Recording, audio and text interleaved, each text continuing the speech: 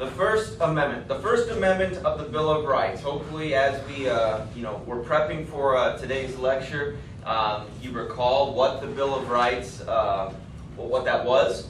A lot of people historically in this class get confused with the Constitution and the Declaration of Independence.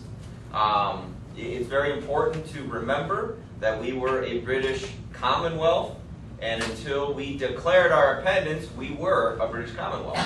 And so we needed that Declaration of Independence first that says, no, we are our own country.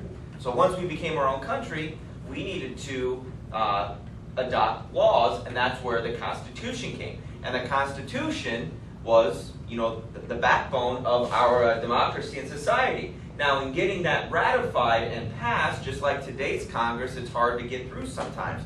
And so we, there were certain compromises that had to be made leading into, okay, we'll pass it, but we have these amendments that we want to change. These things that need to be emphasized. And there were 10 of them, and that's what was called, not the 10 Commandments, but the Bill of Rights. Hopefully, if you got confused with them, you can walk yourself through the history. Well, we were part British, and then we had to declare ourselves independent, so the Declaration of Independence, saying we're our own country. Well, now we're our own country, so we need a government, we need laws, so we have our Constitution. So if you need to walk yourself through that process to keep it straight, fine.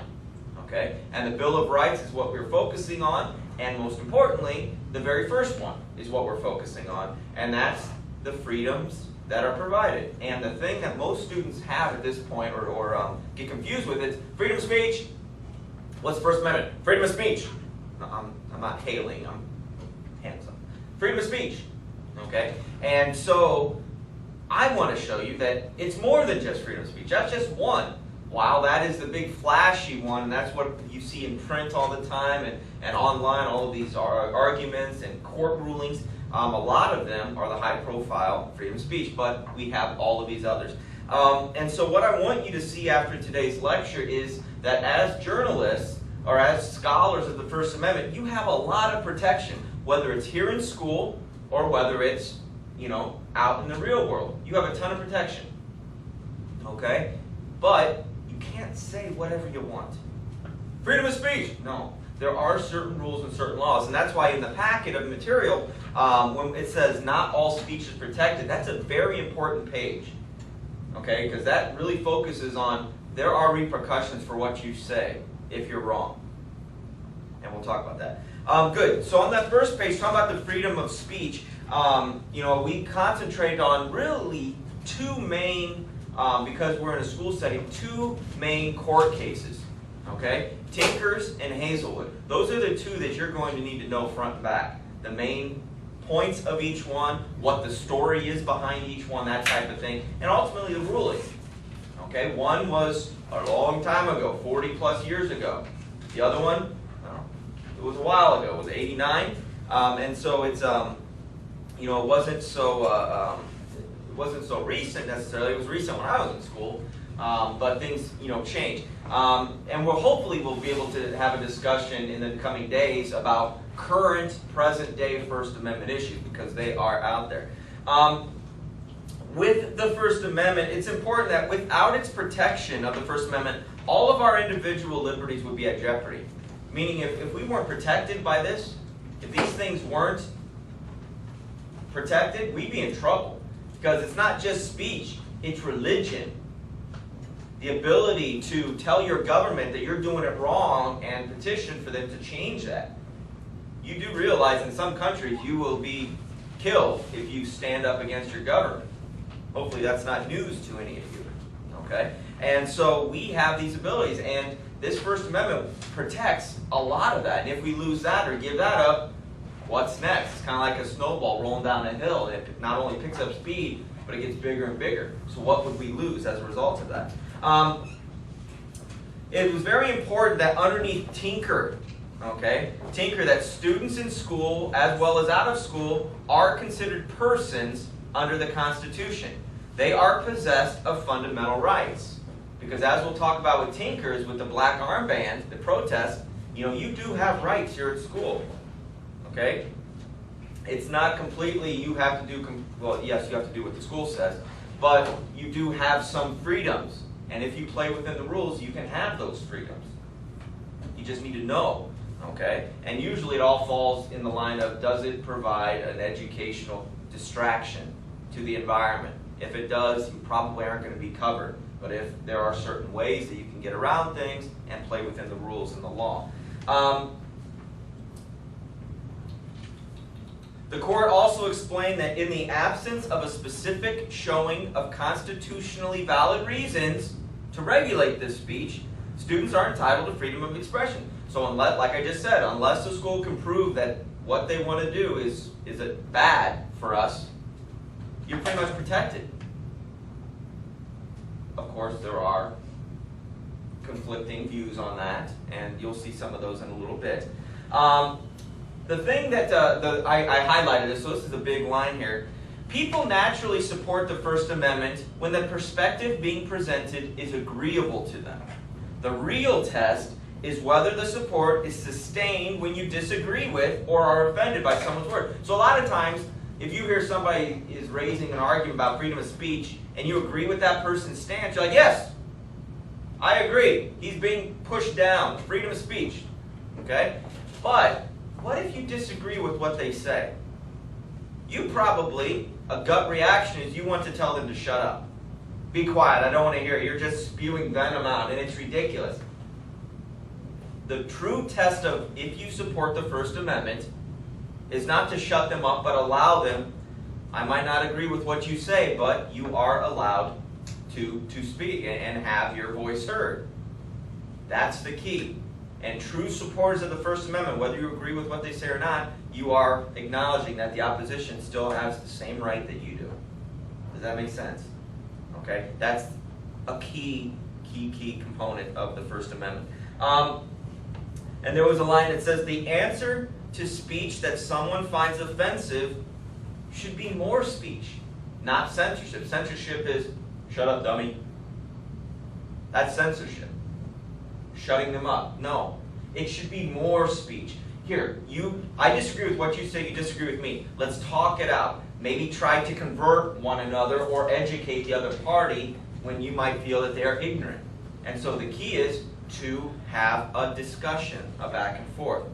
Okay, so this first page of the packet that with these key things, this is a good overview of what the First Amendment is about. Now, going on to the next page, it goes into great detail, the 5 things that are protected. Okay, the 5 key things, starting with the religion. And the key thing, the one line you need to remember about religion is that the government must remain neutral when it comes to religion. It can neither promote nor discourage any religious practices. We hear a lot about this. If you've heard the phrase separation of church and state regarding schools, public schools, religion is not taught. Because here's the problem. What religion do you teach? Well, Christianity. Okay, but is that the religion of everyone? No. Good answer. It's not. So is there a right or wrong religion? No. Right. Okay? So the government, since we are school funded, state funded, and federally funded by the government and by tax dollars, we are a government institution. So we cannot promote, nor can we say that religion's better than that. We can't do that by law. If we do, and if we get called about it, because we are violating your First Amendment, if we do, there could be legal action. So, everybody understand that? The government must remain neutral. How many, you guys all drive? Most of you drive? If you want to move your car forward, you have to put it in gear. If you want to put it in reverse, you got to put it in another gear. If you're in neutral, do you move? If you're on a hill, yes. Otherwise, if you're on flat ground, you don't move. You're not for it, you're not against it. You're neutral. So, maybe that analogy helps you. Keep that in mind. The next one was the freedom of speech. That's the most popular one. The freedom to say what you want to say. Of course, there is some rules you need to play with, and we'll talk about those in a minute. Freedom of the press.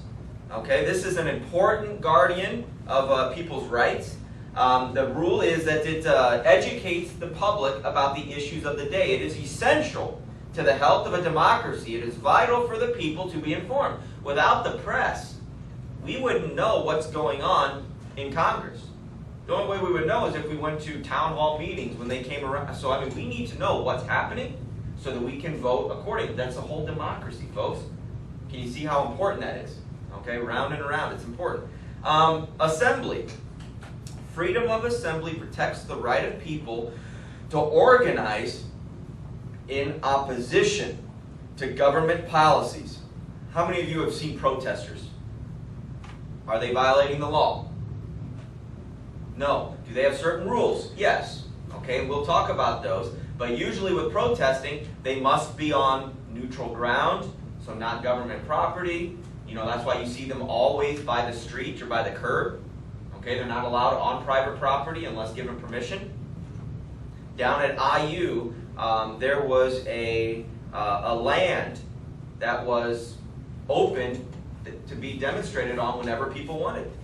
Do you remember the Occupy New York a couple years ago with all the, they weren't homeless, but they lived in tents and sleeping bags on Wall Street, and they were protesting big money and a bunch of other things, and Wall Street and everything like that. They were not violating law. Now, if they started to burn trash out in the open, which is probably a finable offense, now they're breaking the law. Okay? If they start a riot, do you think that's breaking the law?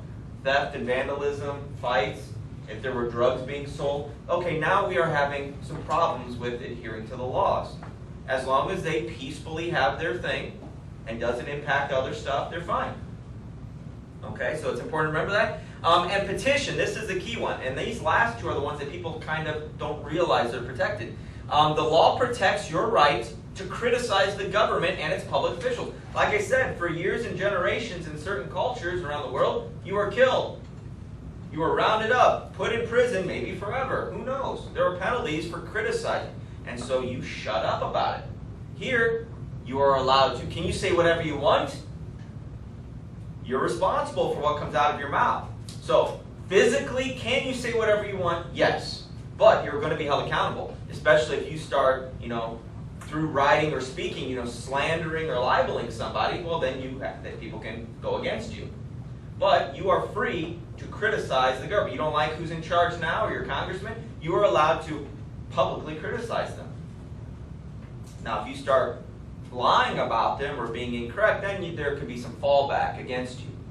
Okay, but those are the 5 things, and that page is very helpful in your packet. On page 4, where it talks about not all speech is protected. Okay, not all speech is protected. This is where you need to really focus for the test. Okay, this is a page that is so important because you have free reign to say whatever you want. You are only going to get in trouble if you do things that are on this page. Make sense?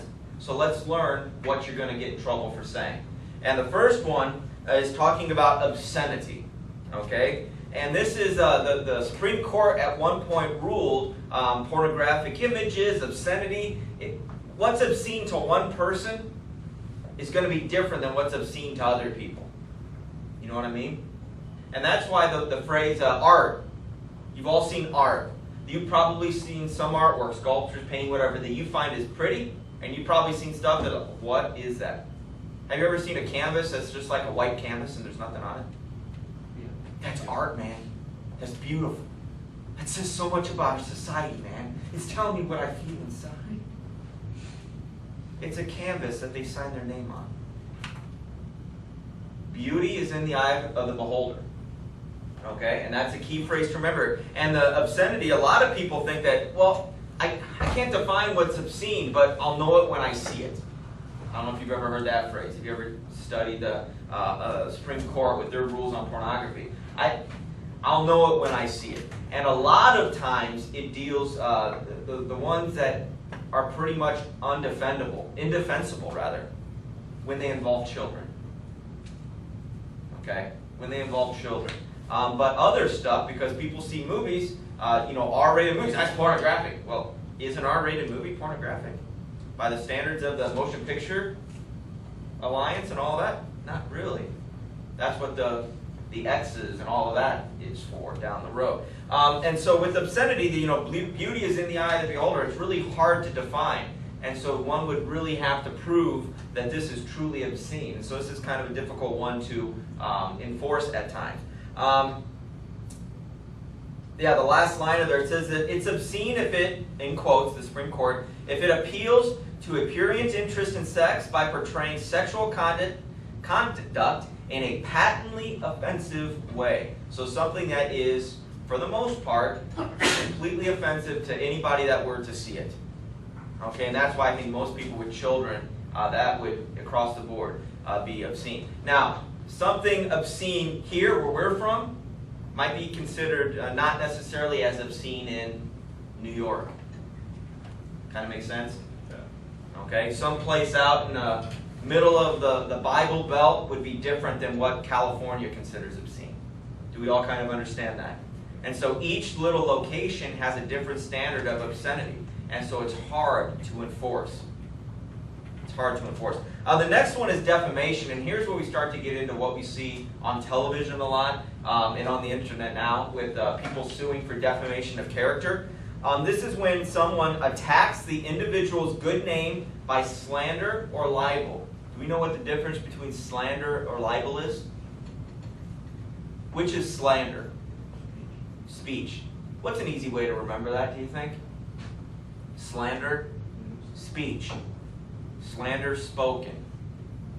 How about SS? Alliteration. Both start with S. Does that work? If it's libel, it means it's been printed or broadcast. So write that down if you are still confused after reading this and taking notes. Libel is when it's broadcast, published, transmitted. Slander is spoken, slandering something in speech. Okay, and that's important. Now, this is that there are 4 things. You slandered me. You libeled me. Oh yeah, prove it in court. There are 4 things you have to prove, and if you were your lawyer, would have to find these exact same 4 things. Okay, the first was that it was published. It must have been communicated to someone. It's not just somebody talking to themselves in a padded cell. Well, no one's hearing that. Well, then it's not going to be either of those, slandered or libel. So it must be published. It must identify the person. It must show harm. It must harm that person's reputation in the community. And that's the key one. Okay, that's very hard. But it also must prove that fault. That it must be proven that a defendant was at fault for publishing the statement. You hear a lot about this with tabloids. You guys know what tabloids are? National Enquirer. Okay, and to some degree, some of those magazines like OK and In Style and all of those things. London has a lot of problems with this. There's a comedian named Carol Burnett. Your parents probably know her. She's very famous. There was an article posted about her a while back that said she was a drunk. It identifies her. It could harm her because she had kind of a wholesome, everybody likes her reputation. And you see how saying that she's a drunk could harm that? It was published. Okay? And so it did all that. And the person that published it obviously is at fault. So it proved all that. She ended up winning cash. Because I don't drink. And you went and said that I was a drunk. We have problems. Because that's a flat out lie. Now, if they had a picture of her stumbling out of some nightclub puking in the gutter, would that be a little bit different? Yes, but this is just strictly writing. And so she won, and you guys, I'm sure, especially if we get some time to do a lab on this, you will see a lot of this in the celebrity culture, a lot of stuff. So those 4 things, it's so important. And here's the key, folks. This is to sum up all of this stuff. Truth is the best defense against defamation. If she was a drunk, but she didn't want people talking about it, that person who printed it is not going to be in trouble if she really is a drunk. So always tell the truth. The reason people make stuff up is because they want to sell more stuff, sell more papers. Okay? All of that. They want to make more money. And people are going, oh my gosh, Carol Burnett, I love her. What are they saying about her? And then you want to read it. And so we see, and more about invasion of privacy in a little bit, but these are key things. And the one key is truth. Truth, and you will be protected. You could be the poorest newspaper with no money for high representation, and you're going to go to Supreme Court, and you could have nobody with you, but I told the truth, and here's why. You'll win. You'll win. Unless I can prove that you're lying. So that's key, truth. The next one is expression intended and likely to incite imminent lawless action. Okay? So your speech, whatever that looks like, if it's going to provoke people to break the law, you could get in trouble. Think about that. If, as a result of somebody hearing what you say, type whatever, is to provoke people to break the law, you could get in trouble because you are not protected, because you are inciting people to break the law. Okay, so that's key. They give you a little example down here. Brandenburg versus Ohio, the ruling, it says the Supreme Court said that people may talk about resorting to violence, but if their words are directly linked to lawless action about to happen, or if the words help cause action, the speaker loses protection. So I could talk about wanting to go and beat up somebody. I could talk about it. But if I were to say, let's go beat them up, do you see the difference? I can talk about me, but if I branch out and provoke people to go and do something, that could be a problem. That could be a problem. Fighting words. When a person uses words so offensive and inflammatory that they disrupt the peace by provoking the person addressed to acts of violence. So, you getting up in somebody's face and just going off and going off and going off, trying to provoke them to fight, and if it's so offensive, but I can say what I want, First Amendment. No, because you are disrupting the peace. You are not protected. You're looking like an idiot. Even if what you're saying is true, you are disrupting the peace. Do not disrupt the peace. Do it in a different manner, and your words and truth is protected a little bit greater. Does that make sense? You don't want to fighting words, provoking somebody to fight. This next one, unwarranted invasion of privacy. Now this is what we see a lot with the paparazzi. We've all heard the phrase paparazzi, I would imagine. If you're ever, reading People magazine, well, that's how they get all those pictures of celebrities doing everyday life. If you go to TMZ a lot, out in Hollywood, people are being followed all the time. Camera people are just hanging around nightclubs waiting for people to show up, and hopefully somebody shows and they can take pictures, and maybe they're falling out drunk or with somebody, and they're like, hey, look who's dating now. And they make money that way. It's a big ordeal out there. But unwanted or unwarranted invasion of privacy. These are things that are you get in trouble for. Public disclosure of private and embarrassing facts. Does the information lack legitimate public concern? So if you are, you leak some information or you obtain something illegally about some person and you broadcast that expressly to embarrass them, it does the public no good. You are not necessarily protected. This might be a really hard-fought court case because how do you prove what the public really knows and that type of stuff. Here's a key thing, and you probably read about it a little bit. If somebody is in the public spotlight, this is very important, so pay attention. If somebody is in the public spotlight by choice, it's a lot harder for them to argue that their invasion has been, or their privacy has been invaded. A teacher in some community, that's not in the public spotlight.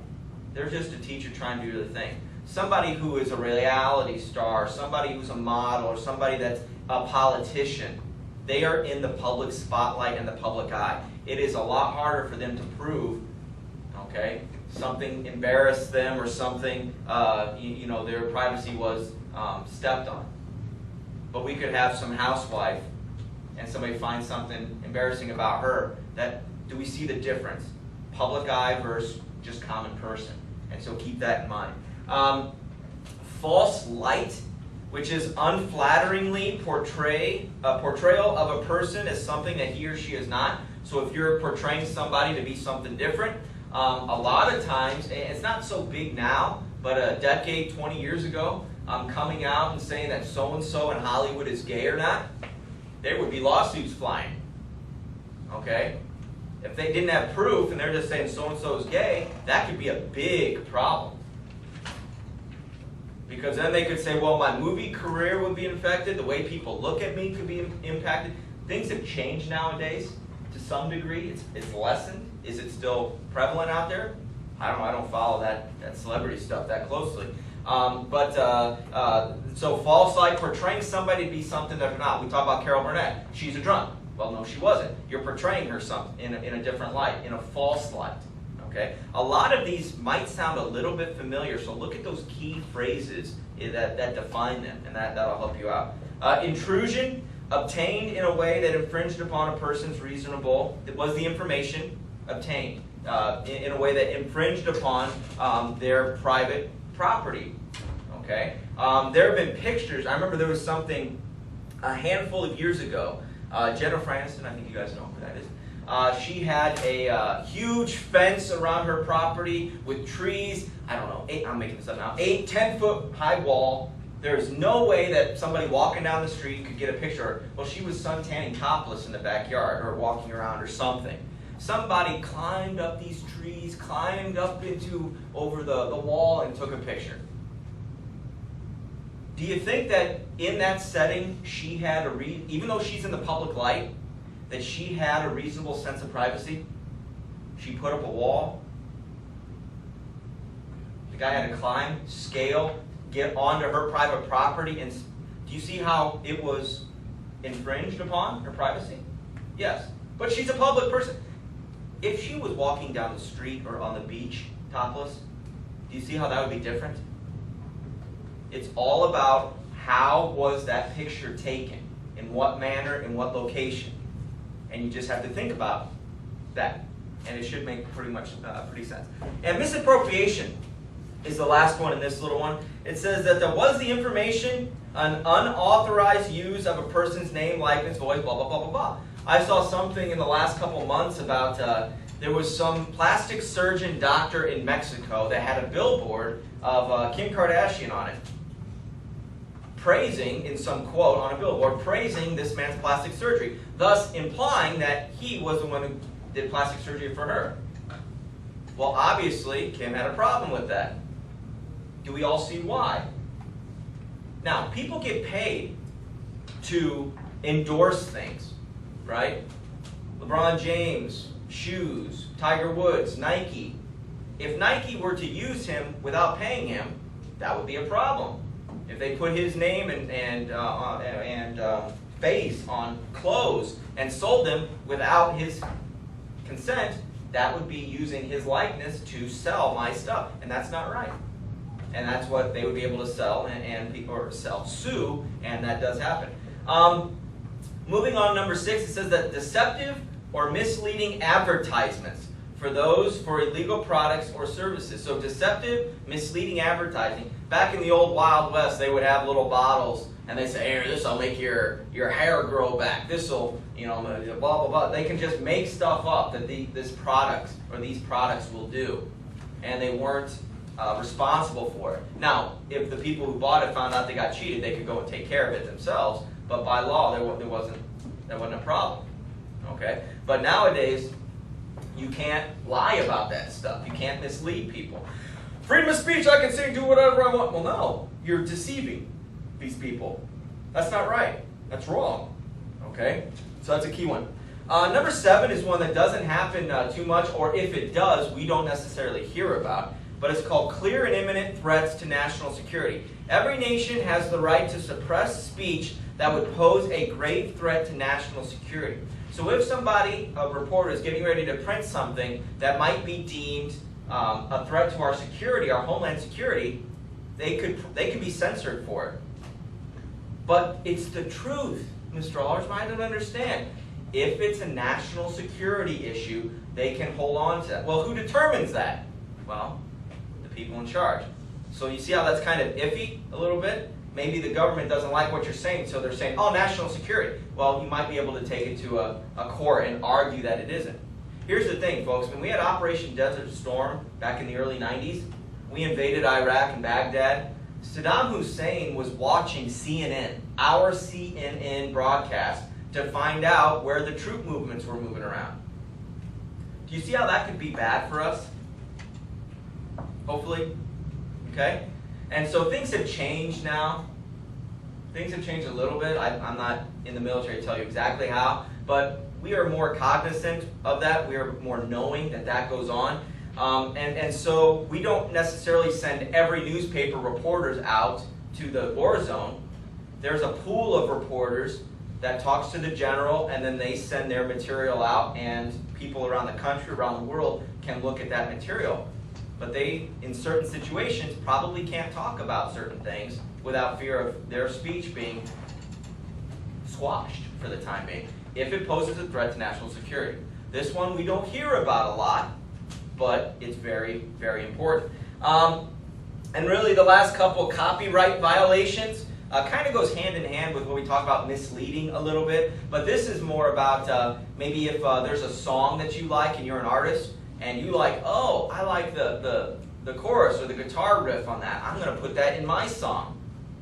But that's not you. That was their stuff. If it's something physical, if it's something intellectual, an intellectual property, an idea, and it belongs to somebody else, you cannot use it without their permission. You might get away with it in a small community, but you are still violating that person. And if they call you on it, you're going to get in trouble. If you've downloaded music, if you've downloaded movies or TV shows, is that in violation of that person's copyright? Yeah. Okay? Because they make money on CDs, on album sales, on records, all of that, movies. And if somebody's downloading it for free, they're not paying that $10 for the CD, $20 for a DVD, $10 to go to the theater. And so that money isn't going to the people that came up with the idea. And so that's where that argument is about online piracy. And so copyright violations that fall underneath things that aren't protected. I can do what I want. No, because that belongs to somebody else. And then lastly, and this is what we'll focus on more in a little bit, is expression on school grounds that causes a material and substantial disruption of school activities. So any expression, printed, spoken, peaceful demonstrations, or anything that could cause a disruption. This is the key phrase. Anything that could be proven to cause a disruption, you're not protected. Now, you might discuss with them, I don't think it's a disruption. They might say it's a disruption. That might be where you butt heads. But they're going to come back to this law and statute and say that you are causing a disruption. You stand up in class and start going off about how war is wrong and we shouldn't be across overseas. We're taking a test right now. I have a freedom of speech. I can do what I... We're taking a test. You want to sit down, please? I can say what I... Would that be causing a disruption? Yes. Now, is there a certain place and location that you could have this forum? Yes. And we can talk more about that later. Okay? And you can set up a time with the administration, maybe during lunch to let you talk. Maybe before or after school, you can stand out by the front door and hand out pamphlets. We talk about underground newspapers. You can hand out things like that. But it cannot and will not pose a disruption to other people. Because everybody has a right to education. They don't necessarily have to sit and listen to you interrupt their education. It should sound like that makes sense. There are rules you have to follow. If you follow those rules, you can get this stuff protected. Okay, so that's a key page. I spent more time on this page than any other page for that particular reason. Understanding these different things. Okay, what, there are not 9? Defamation had like 4 prongs, and so did unwarranted invasion of privacy. But understand this page, and that's key for the test. The next page, there were a lot of court cases. The only court cases you need to know by name are Tinkers versus Des Moines and Hazelwood, okay, which are the first 2 listed. Hazelwood School District versus Kohlmeyer, okay, and that was, oh, it's 88, not 89, I was close. And so we have Tinkers and we have Hazelwood. And with Tinkers, I need you just to understand what led to this court decision. This is in the heart of Vietnam. These people, these students wanted to wear black armbands, a silent protest against our being in that war. The school heard about that and said that's going to be a dress code violation. In other words, you can't do that. Well, they still did it anyway and got suspended. They felt that they were not disrupting. They felt they weren't talking. They were just, it was an accessory to their wardrobe that they were wearing. Everybody saw it. It actually made more news since they were suspended about it. If they had just gone through with it, people might not have even talked about it. Just somebody's expression. Ultimately, it goes to courts, appeals, overrules, because they got suspended. It got overturned that they were okay. Students have rights. They have freedom of expression. They can do that as long as it doesn't cause an educational disruption. And so they were all right and they were protected. And so that's very important to come back to, understanding all of those key components. But ultimately, what does the court decide about it? And know that. The second one, Hazelwood School District versus Kohlmeyer. Okay, a student newspaper was censored by the principal, who objected to 2 articles, one on divorce and one on teenage pregnancy. The principal said the stories were too sensitive and unsuitable for immature audiences. Okay. He was able to prove and argue that it did make an educational disruption. Folks, when I was a student at IU, our school newspaper, and colleges are much more out there pushing the borders and boundaries. There was, I can't remember if it was an article or just an advertisement in the paper, but it was about abortion. And they showed pictures of aborted fetuses as the main picture to make people upset about this. Do you see how that could borderline, especially in a high school? They didn't do that. This is just an example. How that could be, wow, maybe somebody could say that that's obscene. Okay, but wouldn't that cause a disruption if we did that here with this school paper? Yes. Okay, and so then we get back to defining obscenity, we get back to what, blah, blah, blah, all of that. But the principal ruled that I'm censoring it because imagine if you had a school that was kindergarten through 12 and everybody gets a newspaper. Not that the 5 or 6 year old would be reading the paper, but do you think that they need to be exposed to some of that stuff? Teenage pregnancy at that age. And that's what the principal was ruling, was they did not, the younger kids in the school did not need to be exposed to that.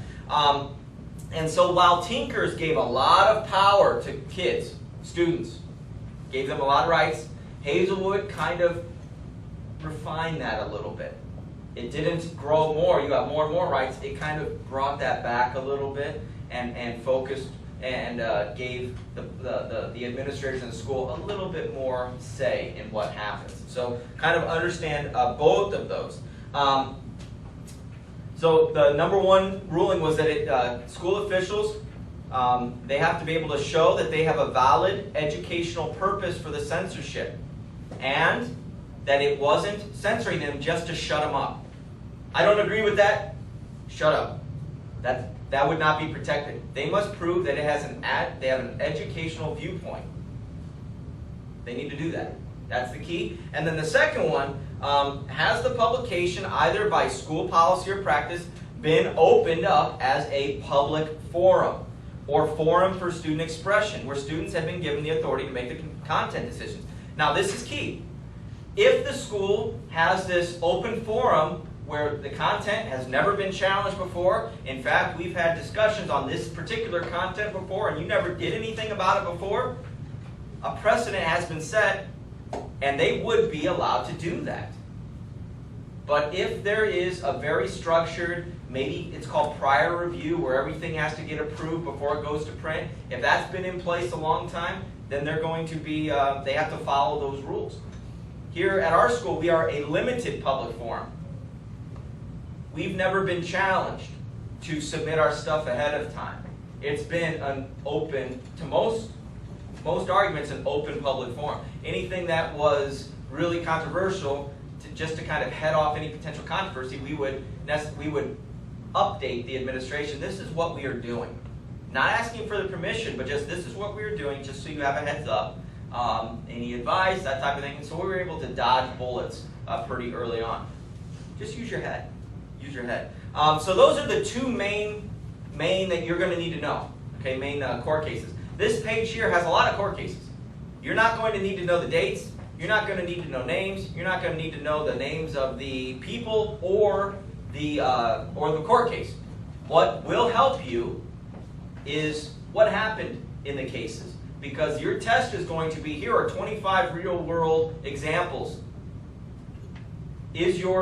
Are you protected by the First Amendment, or are you not protected? And a lot of those are going to be from these type of situations. Does that make sense? So knowing these court cases and what the ruling said, it will help you out. But I'm not making you memorize, okay, well, what happened in New York Times v. Sullivan? But understanding the key things of each one, that will be helpful. So make a bullet point about each one and you'll be fine. I think they're pretty basic and straightforward. Just to kind of get going and wrapping this up here quickly, the next page was rights also brings responsibility. Talking about ethics. Okay, we'll have a unit on ethics later on in the semester, but ethics are not laws. Ethics are personal choices that you follow, kind of like morals. Okay, they can be established by you, or they can be established by the paper or person or school or whatever that you work for. Now, can you be fired for violating these ethics? Yes. Can you be sued and all of that? Probably not, unless you violated some other stuff. Newspapers are very, very much focused on being newsworthy and trustworthy. If you lie about something, make up a quote, make up blah, blah, blah, doctor some photograph, Photoshop something here or there, you're not being trustworthy and they could fire you. Now, can you get sued? Unless you violated some other stuff? No. You can't. Or can you go to jail? And of course, there are certain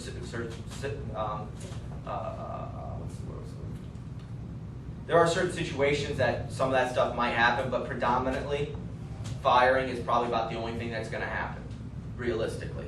Okay? You won't go to jail because you didn't break the law. You didn't break the law. And so that's important, that ethics are more internal. Okay? Ethics is a voluntary conduct that is self-enforced. So you determine what is good, what is bad. A lot of people, well, not a lot, well, I think most people that follow whatever religion or faith, you have certain principles and guidelines that you live your life by. You have your certain ethics already, your certain morals and choices that you make. Here, it just takes that to the next level. Let's say that we had a picture, there was a car wreck and a student died. And we wanted to run a story on that. Do you think that's okay to run a story on in our paper? Yes. We have a picture of the wreck. Is that okay to show? Okay. You see that on TV all the time, right?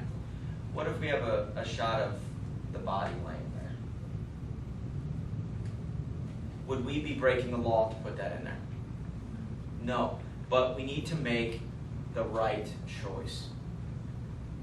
Do you want to see the body laying there? Do you want to see the body with a sheet over it and her feet hanging out? Probably not. And that's where you have to decide the ethics. And if you are working for a good publication, a good situation, hopefully those choices are easy to make because you're like, that's too far. Of course, there are some people out there who want to make money and make a name for themselves, so they put whatever up there. But you need to make your personal choice.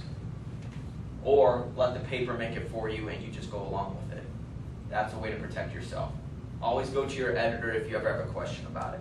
Good. So deciding what's right or wrong. Here's a good way to remember this. Laws tell us what we can do. Ethics, what we should do. Think about that. Laws tell us what we do and what we should do. Laws tell us what we can do without getting in trouble. Ethics, what should you do? As a good person, what should you do? What is right and what is wrong? That's ethics. And so that's why the rest of that page talks about what's deciding what's right and what's wrong, adopting a code of ethics, promoting ethics. So you say, I will never do this, I will never do that. and you play within those rules and you're fine. If you need help with that, more than likely your publication or your job has a set standard in place, and you must follow those guidelines.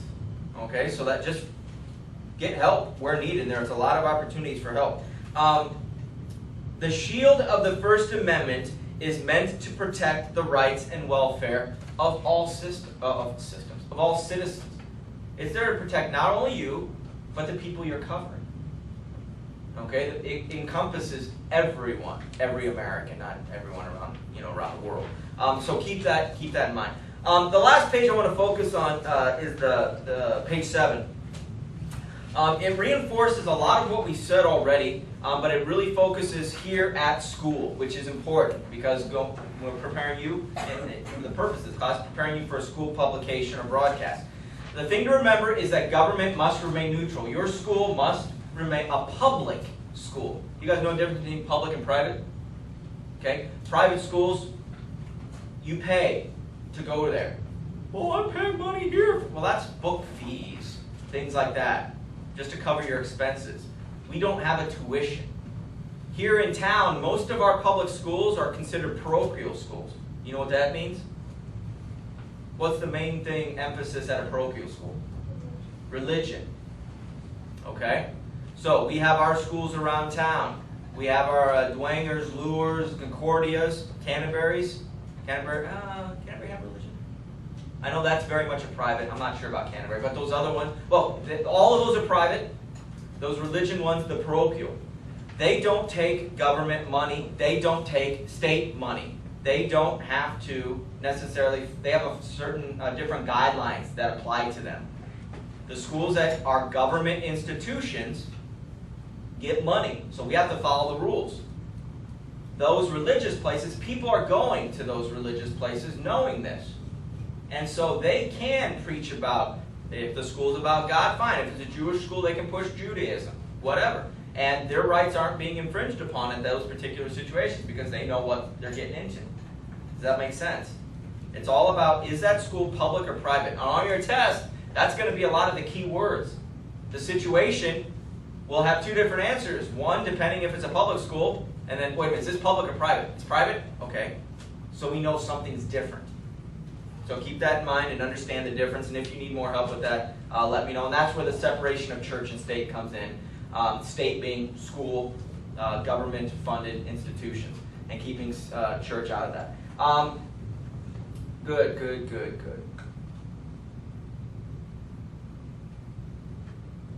A lot of interesting stuff. More information on Hazelwood, a good summation of Tinker there in that 4th column. There's that little section on non-public schools, which I just talked about, so make sure you understand that and go over that again. And underground papers, this is the last thing I wanted to talk about. You have the right. You don't have to be on a school paper in order to print your own paper. They call it underground just because it's not school funded. You can do this on your own. There are certain rules, and you can pass it out, but there are certain rules. One, never disrupt the educational environment. Don't stand up in class and go, excuse me, teacher, can you shut up? I want to pass my stuff. That'd probably be bad. Don't just stand up in lunch and start handing things out. While that might not be a disruption of education, here's what you need to do. Talk to your administration. You have a right to circulate stuff, as long as it doesn't provide a distraction. So what they would do is hopefully work with you on setting up a location and setting up a time that you can do this. If they will not do that, you probably are having your rights infringed upon. Okay? Now, you cannot say whatever you want in there. You still have to, freedom of speech. Hopefully after this lecture and this unit, you realize, I can't say whatever I want. If it's true, that might be a little bit different. So you don't want to go and say that certain teachers are doing different things and their teachers are hanging around and going out and doing a bunch of drugs after school each day and da-da-da-da-da-da-da-da. You don't want to go do that. I guess if it's true, you're protected, but if it's true, there's probably, that should be discussed with parents and legal action. Probably needs to be blown up elsewhere. But we have these certain rules that you have to follow. And you can have your own paper, you can put your own poetry out, you can do whatever you want within the guidelines set forth. within the rules. And so that's what this last few paragraphs are about. And some people might say, the principal might, here, let me read what you're going to put first. That's called prior review. Prior to publication, I want to read that. Do you have to let them do that? Is prior review necessary? It's not. Because then they might tell you it's a form of censorship. Because then they might go, I think you have a problem with this, you can't do it, or you need to change something. No. I can say what I want. Of course, I'm responsible for my actions at the end, and I could get in trouble. You understand that, and you acknowledge that. But if you go ahead with it anyways, then bad things can happen to you. But if you are truthful about what you say, then you are protected. Make sense? Hopefully you're seeing a pattern in stuff I say. And I mentioned it a long time ago. I said truth is the best defense. It's so important that you understand for the rest of your life that you cannot say whatever you want and get away with it. For the most part, if you use your head, you can say whatever you want. But there are certain things that you say that you're not protected. Once you get out of school, you have a little bit more freedom to do what you want. But these last couple pages talking about the school, within the school setting, since that's where we're at, you still have your rights, but as Hazelwood points out, they're kind of pinched off a little bit. Right? Can I lead you guys in a prayer? No. I'm a representative of the school. Now, if no one in here had a problem with it, you could get away with it probably, but I'm still infringing on your rights. I can't do that. If this was a private school or a parochial school, religious school, would that be different? Yes. Because here's the problem. If I'm promoting, let's just pray a Christian prayer. Well, what if somebody isn't Christian? Is their right being violated? Yes. It doesn't matter if they're in the minority on that. It's wrong. And you need to understand that. Any questions?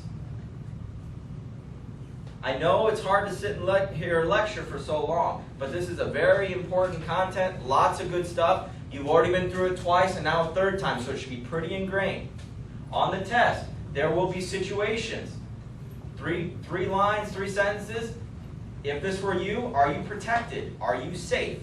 Does the First Amendment protect you? Or are you violating and you could be in trouble?